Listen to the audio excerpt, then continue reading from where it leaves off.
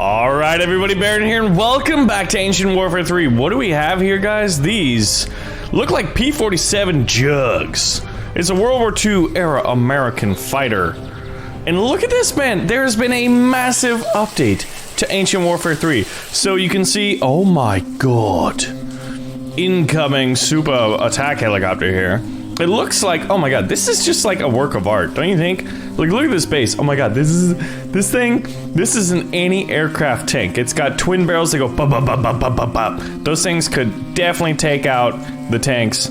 I mean, I haven't had my coffee yet this morning. They'd be able to take out the planes. Look at this though. We've even got this helicopter crash. So what? The story would be as some top secret plans, instead of being sent over the internet like they should do nowadays, they were sent via helicopter. They've crashed out here in the mountains, occupied by Blue, and Red has been dispatched in order to retrieve them.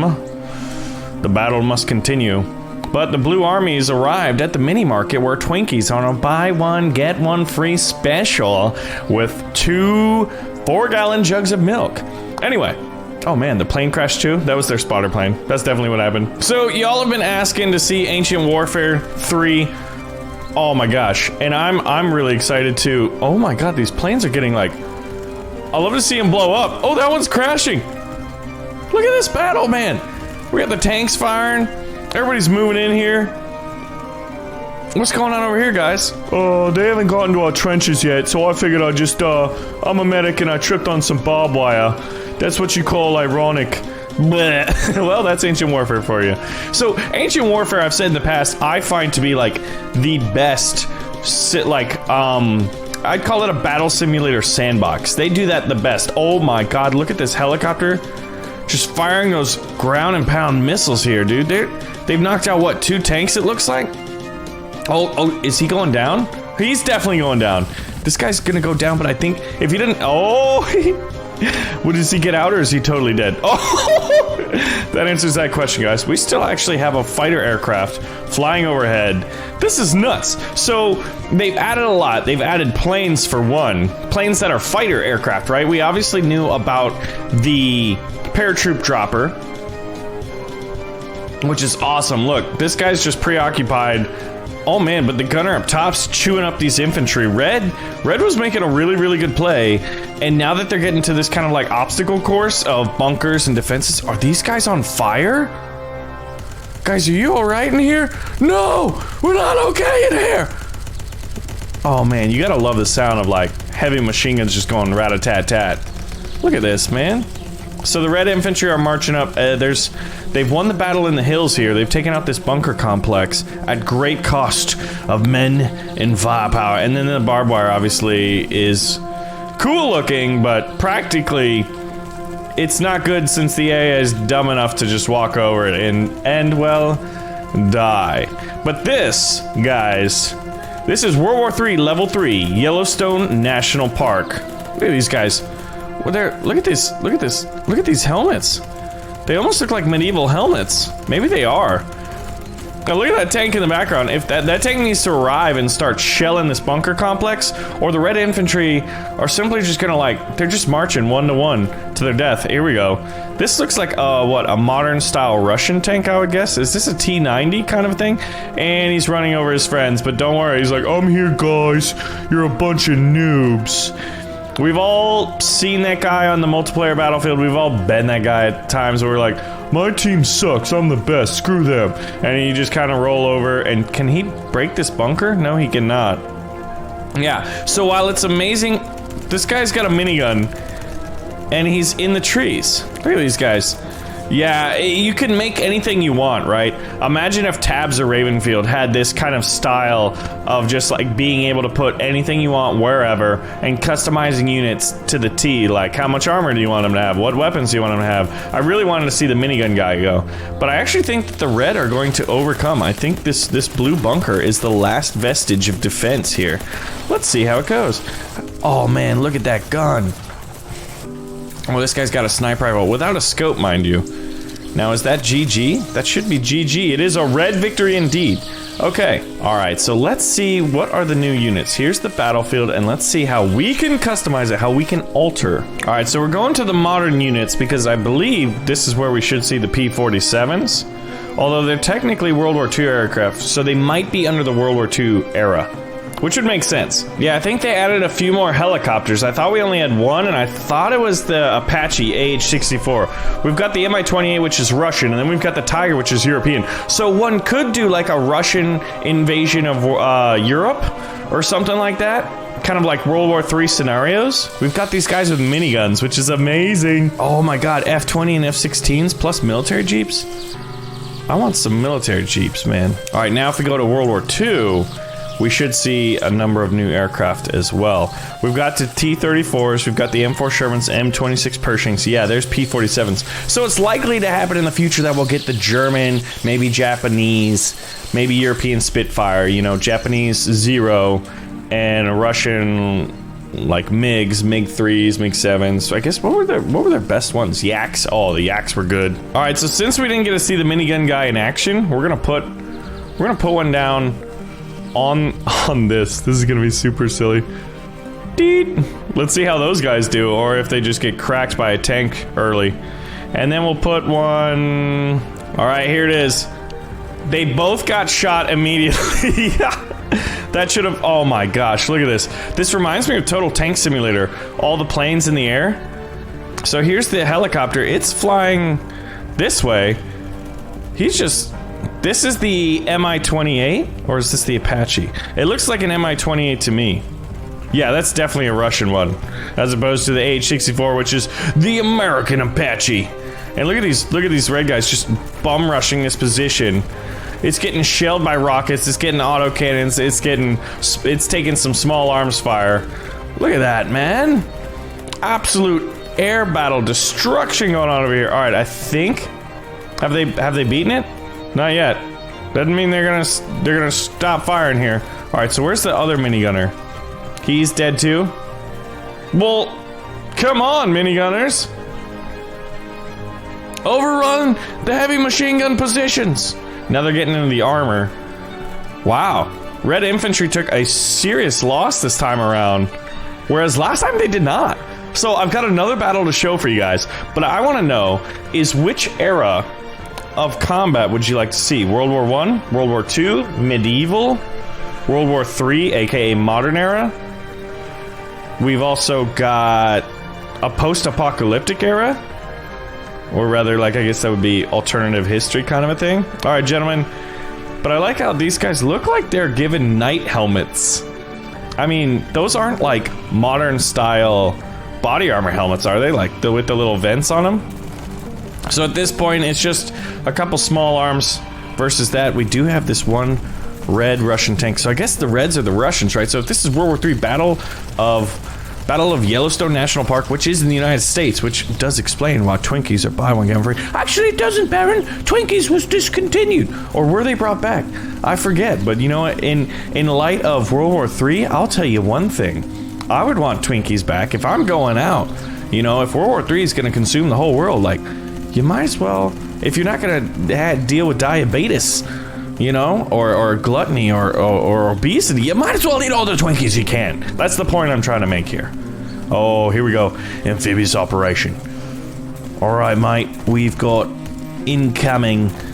Actually, these are Russians. Hello, tovarish. We have enemy capitalist pig dogs.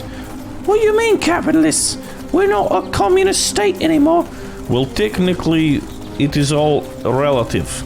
They are more capitalist pig dogs than we are.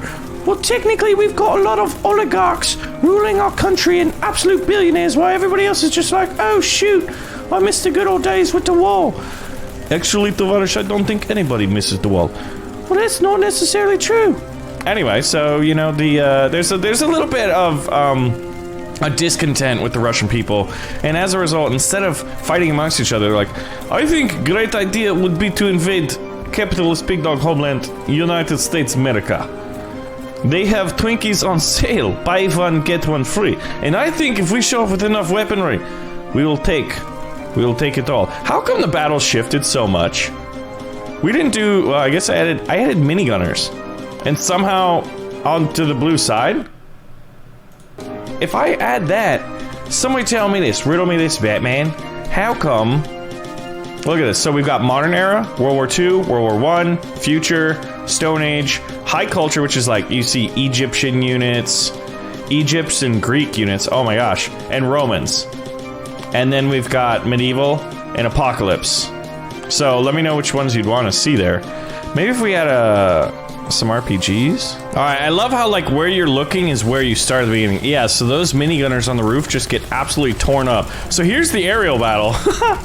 That's hilarious. I put in a few RPG guys in it, and it does not surprise me in the slightest that they not only killed themselves by shooting straight and hitting the ground, but they actually took out the majority of the attacking force.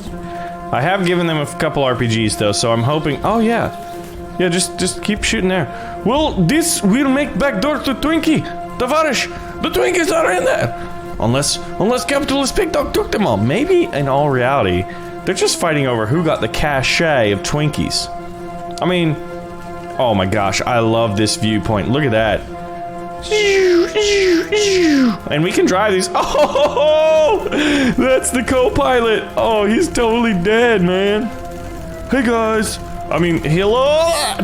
He gone. I forgot that the helicopters exploded. But I like this. I've seen this texture pack in other games. It must be like readily accessible. It looks like the Reds have a little more this time. Have they taken the hill? They have taken the hill. Maybe the RPGs did help a lot. I don't know, the battles seem totally different.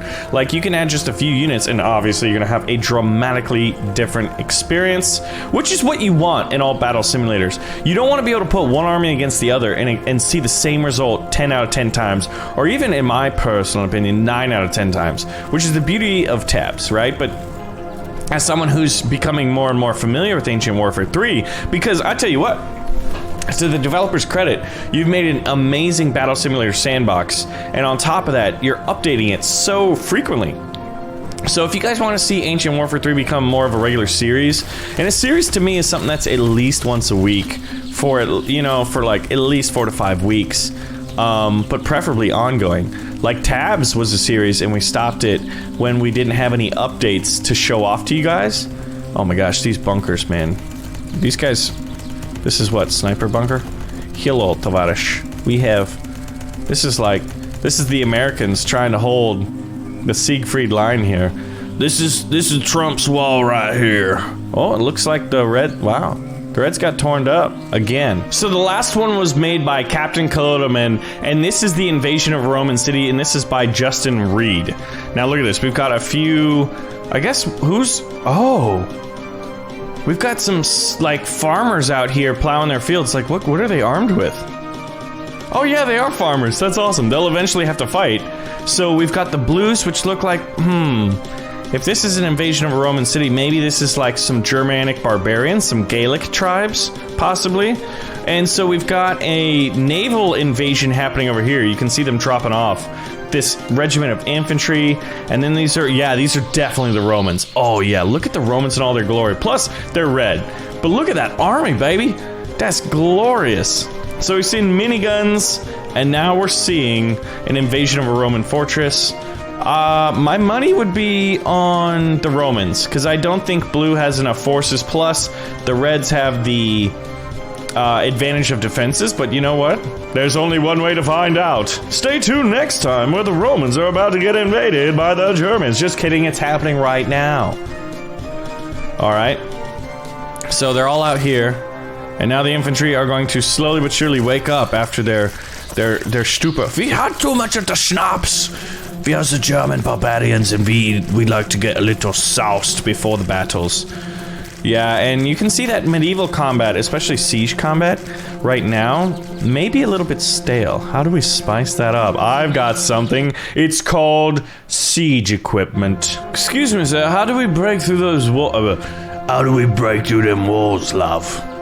Where's the pirate accent coming from? I don't know. Oi, Romulus! Who taught these Germans how to make siege equipment? Well, I believe that was you when you was doing your mercenary stint up in the north. Well, there you have it. That guy, Romulus, just ruined everything, and how he did. He told the Germans how to make catapults, and now they're here. Alright, what about up here, guys? Are you going to fire that beautiful little thing, or are you gonna hit that tree, and then the stone's gonna fall back and kill yourself? Hey, you did real good! Look at that! Alright, we've created a breach! We've created a breach! We've created a breach! There's a breach! Go through it! Just take it, it's yours! To quote Brad Pitt from Troy, which is one of my favorite movies. That wasn't even a very good rendition of the movie Troy. Oh my god, look at that! Oh, I wanted the slow motion. I need to find out the slow motion buttons, if there are any. But yeah, see, so this is like a game where like there's not as much, there's great physics, I'd say, in the structures. In my personalist and most humblest of critical opinions, though, I would love to see a little more physics with the infantry. And I'm wondering, like, it's tough to do because I haven't seen too many games do it. Look at these guys just cutting them up. The Roman legionnaires are charging through, and most of the Germans are still in their schnapps-infused stupor. And this guy seems to have found, well, I'll tell you what, the triangle is one of the strongest structures in the world. Well, you should be able to smash it with a giant rock, sir. Oh my god, yeah, see, the physics for the buildings is awesome. I wish there was a little more physics and dynamism for the unit combat, but melee combat's very tough to do. Look at that shield blocking them arrows. Oh, never mind, he did. Fire the arrow. Oh, he got him right in the face, and he gone. Look at this. So the Romans counterattacked, while some of the Germans barged through. And it looks like the Romans, who are very, very well equipped in terms of weaponry and armor. Well, and I take it back, I guess, with physics. Look at that. There's dismemberment, and you can see the little old blueberry juice all over the ground, as there's only one survivor of that skirmish. And who wins? And he does. Them Romans is dead. What happened over here? It looked like they did okay, but some of them just, the AI sometimes like, oh, well, you know, I guess attacking is more like optional. In a siege, you know, I could just not attack. Are the Romans still over here surviving? No, they're dead. I think the last one is this guy. Let's see. Oh, he's definitely torched, mate. Is that it? This catapult's firing at the stone house. I'm not sure. There may be a Roman or two. Everybody's kind of, to me, it looks like they're just randomly searching around. Oh, look at this guy. Is this it? Is that why? Is the battle gonna happen still because of the boat? Well, you know what? I know a way to get rid of a boat. Put some enemy soldiers on it. But look at this. This is called a Kopesh, which is that really cool looking Egyptian style melee weapon. These are actually Egyptian soldiers, even though to me, I guess I was gonna say that like they look kind of Hellenic or Greek rather with those like Spartan looking helmets, but if you think about it, Egypt during the Ptolemaic era was definitely very, very Greek inspired. So the catapults are definitely helping them get through, and the battle will eventually turn the Germanic tribes' way. We're saying they're Germanic invaders, but I guess they could be a formation of like Greek and Egyptian allies. I guess there was a time when Rome fought ancient Greece, and did Rome ever deal with Egypt? I mean, there's the whole Cleopatra thing, right? Did they own Egypt? Well, Mare Nostrum, right? I don't quite know. And look, we put some longbowmen up here. Are they? Excuse me, gentlemen. Would you like to, maybe see that guy over there? You see the arrow? The stick with, yeah. The stick with the feathers and the pointy end? Yeah, put it in your bow and shoot that man! You idiots! You know what? This is for you. I'm gonna do it, man. I'm just gonna, I mean, I've had enough of your shenanigans, okay? Oh, now they wanna, they shot me in the face! Well, I was trying to end their shenanigans. Well, now I'm stuck. Oh my gosh. This is bad. How do we get a better... Oh, they shot Billy! Billy was a good man! Enemies at the gates! Oh! The barbarians is landing! It's a Viking D-Day! And you know I love Viking D-Days, man. I loved Bad North. Bad North was a real fun little indie title where they call micro strategies. But yeah, back to this game. I think that, like, it would be... What? Did I put him there? That's weird. I swear I didn't do it. It was me. It was someone else. Someone else did it. It wasn't me. I never make mistakes, I promise. Unless it's missing the whole, you know, Twinkie sale out in Wyoming. My god. Look at this battle. Yeah, it's cool. It's great. It's a very good sandbox. Sandbox? It's a sandbox. And a bastion. What we need is a little more dynamism and maybe a little bit smarter AI. But from what I understand, this is a solo developer. And I think it might be a young kid. I'm not sure. Which is all the more impressive. What is happening in the farm? Oh, these guys are just like, hey, you need someone to harvest your crops. Oh, yeah, there's... With the reinforcements here. Yeah, see, the AI just... needs a little working. Unless they're all hugging. I don't know. This guy's like, screw that, I don't want to be... I'm not a hugger. I'm a fighter. I'm not a lover, I'm a fighter. How many does he get? One? Oh, no, he did. You know he did now. Alright, I'm gonna say that the Germans, seeing as how there is no wall on the entire, let's call it the northeast corner here, that the Germans got in and defeated them. So once again, guys, I want to know, which era of history do you want to see in the next Ancient Warfare video? Do you want this to become a weekly series? Let me know. Happy Saturday, and I'll see you in the next video. Did you see that Roman's head fly? And that's the story of this map. Roman helmet on the ground from a head and a German. Oh my god, dude, you're leaking all the strawberry jelly.